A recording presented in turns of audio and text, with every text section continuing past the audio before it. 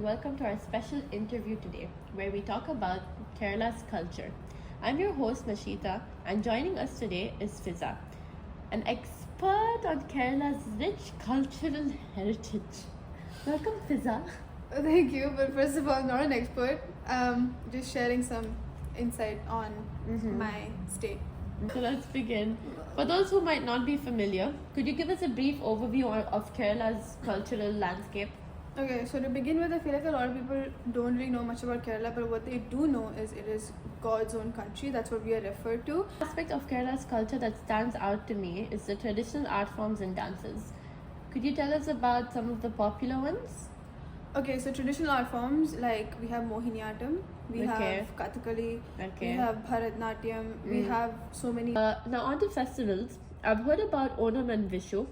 What makes these festivals so special in Kerala? And are they different or are they the same? Do they have the same concept meaning behind it? No, so they are two different things. A lot of people think it's the same thing, but so let me explain. Onam is something that all Malayalis celebrate. Okay. It's like gold and white, but so we go to like Settisari and Settamunda. That's what we go for. And we do this thing where we have Pookalam. It's like flowers. We decorate the house with flowers. We eat sadhya, which is a traditional cuisine from Kerala itself. Another thing you're aware, for Eid, we have Eidi, where we get money from our parents and loved ones. Same way, Vishu Kainitam is when your parents give you money. That sounds a lot fun. Speaking of food, Kerala's cuisine is known for its unique flavors. So what are some must-try dishes or dishes that you would recommend? Okay, so Kerala is known for its spices and our flavorful cuisine. I feel like even if you're not a Malayali, you will have to try a Malayalam dish at least once in your life and you will fall in love with it, guaranteed. But we have breakfast dishes. We have like appam and stew.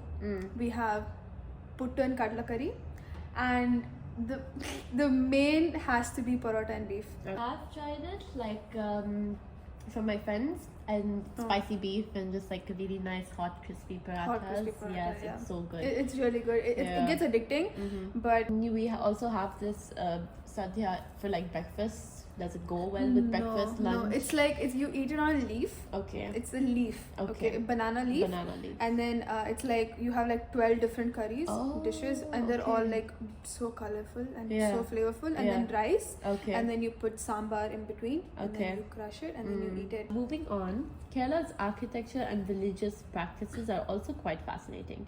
So, Kerala's architecture is characterized by its unique style of wooden houses with sloping roads.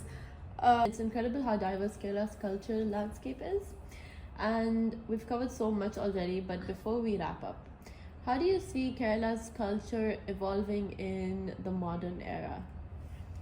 In the modern era, Kerala's culture is resilient and dynamic, embracing both tradition and modernity. So during the fast pace of development that we're going through and a lot of amidst modernization, it can be hard to get lost within the modern era. But I feel like Kerala is the one state where we are always rich on our past culture and our roots. So while we cherish our cultural heritage, we also embrace new ideas and modernization and innovations. However, presenting our traditions and values amidst, again, like I said, globalization remains a challenge. But I'm being extremely optimistic because I have full faith in my state. So, I'm being optimistic about Kerala and its future. Well said. Thank you so much, Fiza, for taking the time to enlighten us about Kerala's rich culture. It's been a pleasure having you on the show. Thank you for having me, Nashita.